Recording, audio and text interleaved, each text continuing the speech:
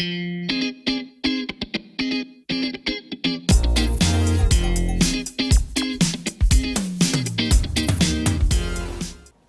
watching Notepad. I'm your host, Ibrahim Sani. Boy, does it feel good to return back to the studio.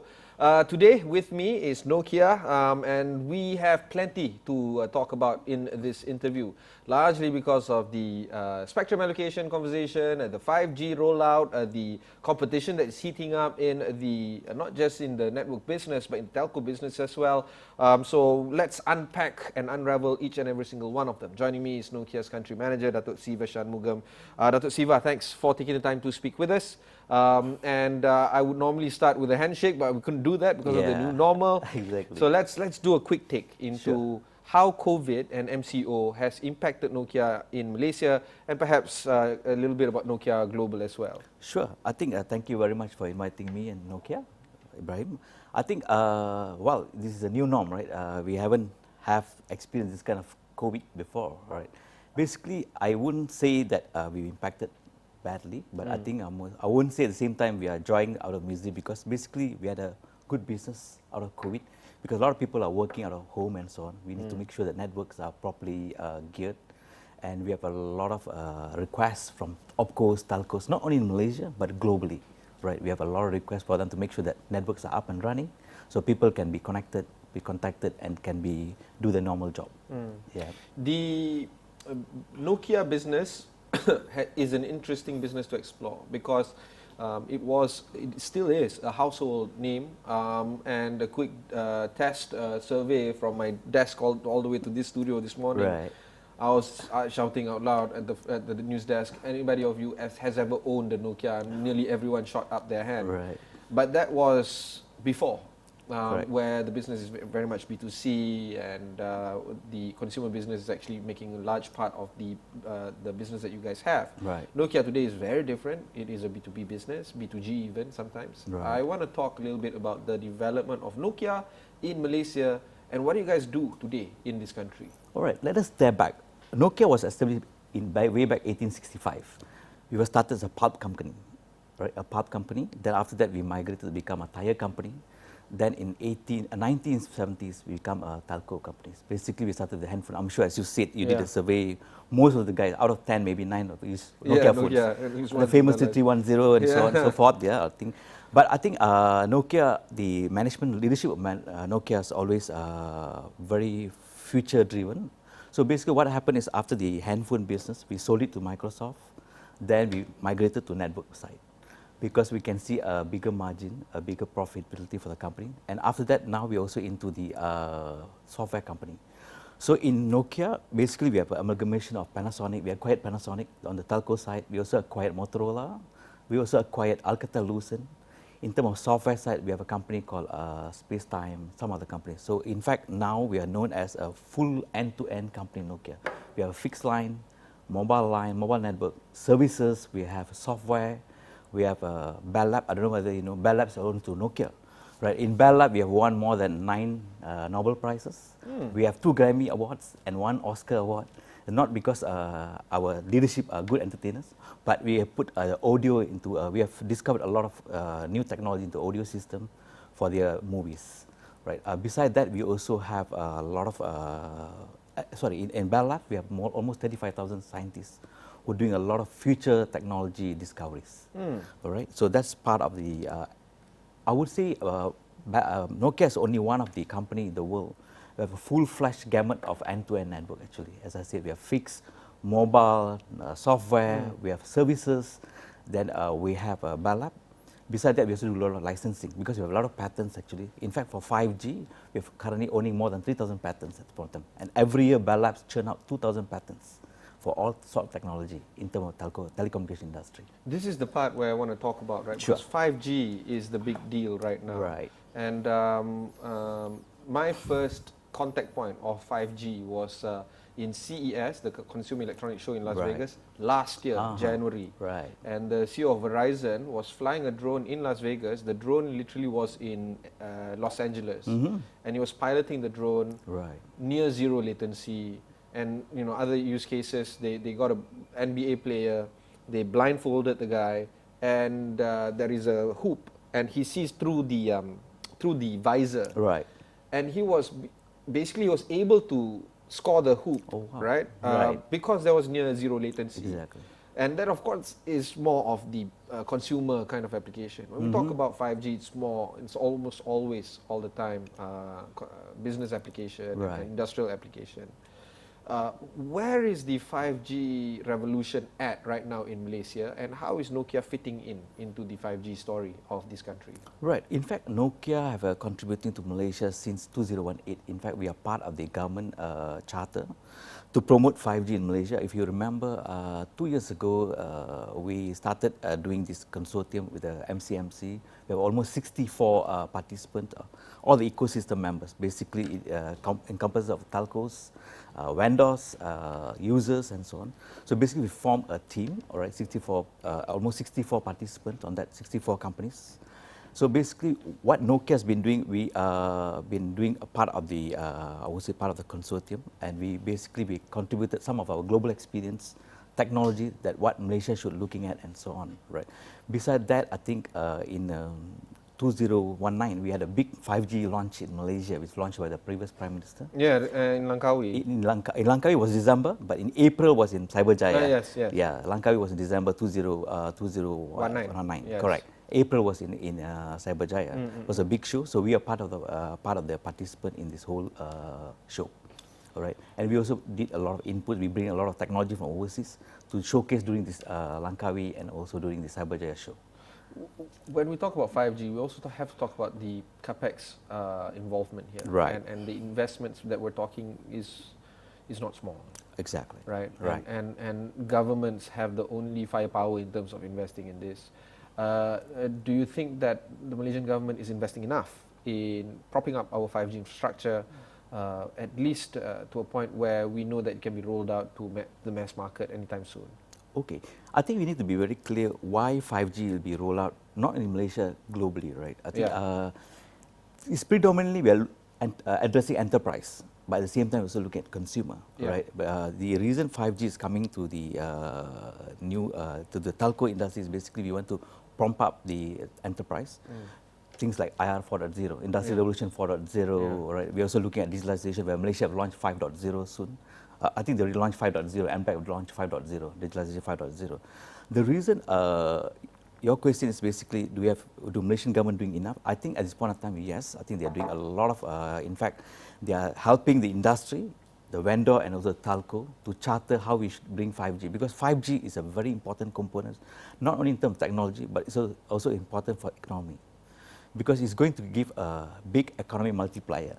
For example, in India, 2 years ago, 2018, when India National Digital and also Communication Policy Body found out that if every 10% they invested into telco, additional 10%, the GDP goes up 3.3.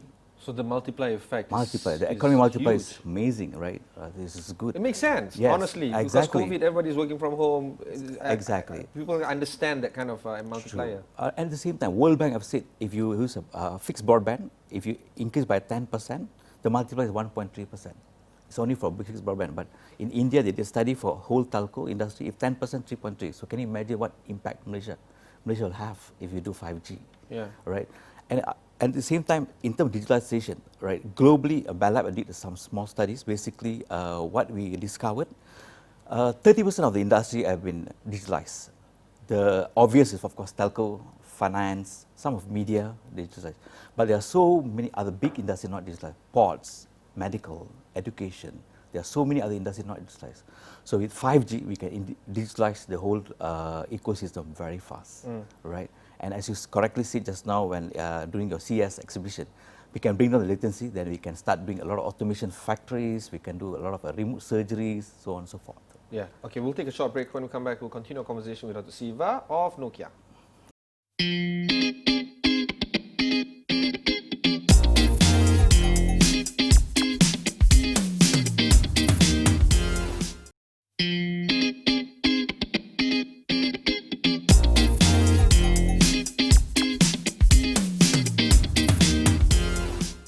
Welcome back. Thanks for staying on with us. I have with us Dato Siva Shanmugam. He is the country manager for Nokia. Dato Siva, the use case scenario of COVID has actually exponentially increased during COVID-19. Right. And while this is a very tragic story to be told in terms of the healthcare situation and in terms of the economic situation of not just in this country but many other countries. And by the way, Malaysia is kind of okay, Exactly. right? Prior to this interview, we read 50,000 deaths in Brazil. We're looking Right. at 200,000 deaths in the US and more, and this number is not going to abate very time soon. But there is a byproduct in this.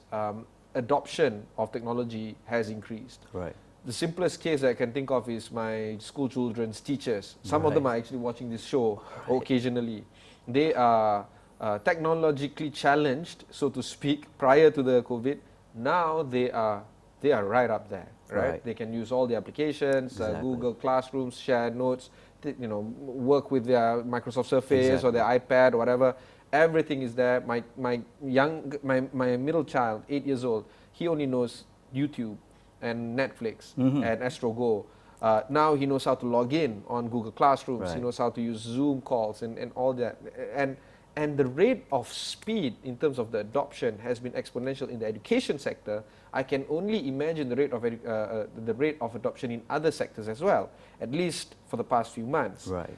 This has, of course, brought into picture the need for stable, fast internet connectivity. And if it's happening in the consumer sector, the enterprise sector also is going to be exponentially needed.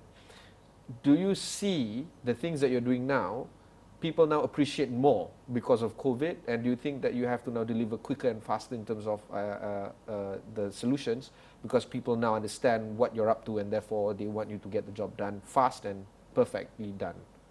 Correct. So I think, as you correctly point out, right, COVID, in fact, we already anticipated in 4 or 5 times there's a lot of ramp up in terms of e-commerce, right, automation, robotics, and so on. But with COVID condition, basically has accelerated the whole process at this point of time. As you correctly said, people are going into Google Classroom. In fact, my whole team, we have 500 people in Malaysia almost, right? Our operation was normal during COVID. Right, basically we use Teams, we use WebEx and so on, so it's going on normal. All right, and I believe with COVID situation, I think the adoption into digitalization, especially for the enterprise segment, will be faster. All right, I can tell you, in fact, in Nokia ourselves, our manufacturing factory in Oulu, Finland, we already digitalized the whole factory manufacturing process. So by doing that, we are doing 5G technology. We managed to increase the productivity by 30%. Can you imagine that? Well, in this short span of time? Or? No, the last, we tried this somewhere last year. Okay. We already started 30%. Yeah, but still, 1/3 of the productivity is amazing. Yes, 1/3. So can you imagine Malaysia that we have a biggest rubber factory in the world? Because why I'm saying rubber factory? Because at this point in time, glove becoming a big commodity after COVID and so on, right? And Malaysia, as you know, we have number 1, number 2 people like Topgolf, Supermax, and so on are in Malaysia. So can you imagine if they start digitalizing the all the shares are doing good actually. Amazing. Yeah, it is. It's amazing. So I think this is part of the adoption that I believe we need to make sure that our manufacturing people are taking and doing their adoption very quickly. By doing this, I think a lot of other countries also start looking where they can, especially I think, with the current trade war and so on, they're looking at how they relocate some of the factories from some other country to some of cheaper countries like Malaysia and so on forth. 5G definitely going to be an important factor for them to choose as one of the criteria to become to relocate their manufacturing. Well, this is the part where the execution comes into play. Right. And when you execute, your stakeholders, particularly government stakeholders, have to be dancing in tandem and in tune with you guys. Right. We saw the spectrum allocation being announced, and then it was retracted. Right. And little to no explanation was given in terms of, first of all, why did they announce, second of all, why did they pull back?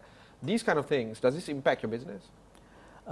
It impacts to some extent, but I think, as I said, Nokia, we have full portfolio of products, and we are ready to support the government, support the industry at any point of time with relevant products. At this point in time, as you said, 5G is impacted, but we still have to ramp up 4G and also the transport layer. Because 5G is not only about the radio network, it's also the transport layer and the core layer. Yeah. All right. So we are still working on that. The business is still coming in on that segment. Of course, we have to wait a bit for the 5G, but I'm sure the government is wise. I think they have a good consultant with them and giving the right advice at this point in time. And this is the part where I have to bring into conversation the competitors that you have in the market. Right. Because this is a sector where you can't go alone. Yeah. You know, and to say it's a frenemy kind of situation, so I don't think that's an accurate depiction, because you guys also want to make money. You guys are business oriented. Exactly. You guys are profit oriented. But at the same time, if you do this alone, it's going to be tricky in executing. So what is the relationship like with Nokia, with the competitors out there that is also doing the same thing you guys are doing? Okay, I think every competitor have their own strength, right? I would like to talk about Nokia's strength itself. As I said, we are one of the maybe only company who have full portfolio. As I said, we have mobile network, fixed network, right? Bell Labs with us. We have the licensing part. We also have a Nokia software. In fact, according to analyst Mason, we are one of the largest software company for telco in the world, right? So I think we always amplify our strength, and I think the industry knows about us very well. For your information, we already have a conversation with almost 100 operators. We already signed up 73 5G contract. At this point of time, we are talking 23 of them live. Yeah. Right. So we have our own strength, right? And I think people know Nokia product, the legacy, at the same time the strength of Nokia products. So we are very confident that we can able to cater to the industry in the market. Calling back to the two launches that we saw in Cyberjaya earlier last year, and Langkawi last year, we sent a lot of our news crews over to cover those kind of events. One thing that struck my colleagues when they went there was the collaboration that you guys are doing with your competitors, with the government. Basically, all the stakeholders are actively looking for solutions, and there is a high sense of urgency in terms of rolling out the products, despite everybody has their own interest that they need to put forward.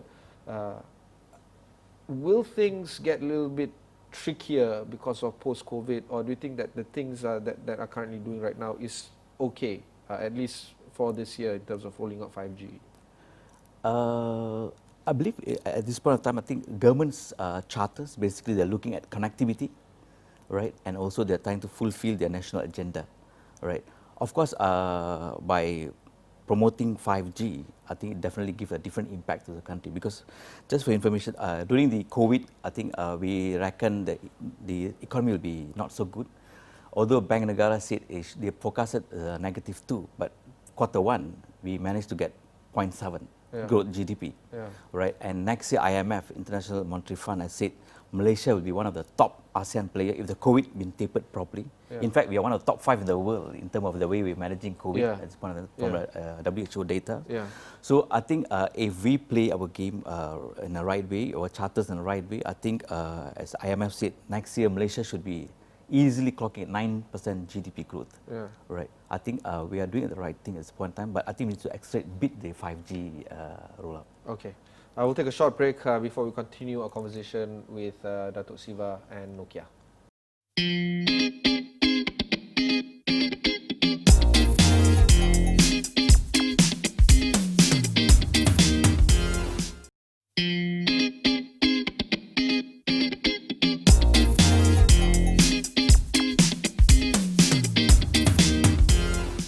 Welcome back. 5G revolution is, of course, overwhelming us right now. 2020 was supposed to be a big year for 5G, but there are a lot of issues that are surrounding this year, predominantly COVID and many other issues that comes along with it, including an economic recession that is afflicting not just us, but various countries around the world as well. In fact, one can argue that no country is actually spared from the economic tribulations that are going to be befalling us in the near term. Because of that, I have with us Dato Siva of Nokia, trying to understand a little bit better how this is going to impact us, right? We know again and again that 5G, particularly folks like you guys that are in the game, you guys keep on talking about how it's going to impact the commercial sector, the enterprise sector. But at the end of the day, people, when they talk about 5G, they always talk about consumer, user Right. experience. Right. It's always, you know, I can download a movie in 10 seconds, a 2 gig movie. It's always like that. That's a very tired but very clear example that people use. Why do you think that there is some form of disconnect in terms of what consumers understand from 5G with what the industry is trying to build? Do you think that there is a time and place for us to actually align these kind of perceptions and try to make the consumers understand that 5G is good and will happen to the consumers, but the priority right now is to build it for the enterprise? I think it's a more like a education factor, right? Basically, I think what happened, people always, because we started with 1G, 2.5G, 3G, 4G. So people always, the barometer is basically always speed. If you go to Okla and so on, so always barometer speed. I think, I'm sure you also download Okla and look at the speeds and so on, right? All the time. All the and time. I call my provider all the time, Right. threatening them to cancel my contract. Oh, okay. Yeah. Okay, understand. But they can't do anything of anyway. course. No, so they can't do anything. They're trying to do their best to fulfill. Right. Okay. Yeah. So I think for 5G, as I said at the beginning of the call, I think it's more for the enterprise, for to utilize the whole ecosystem of enterprise.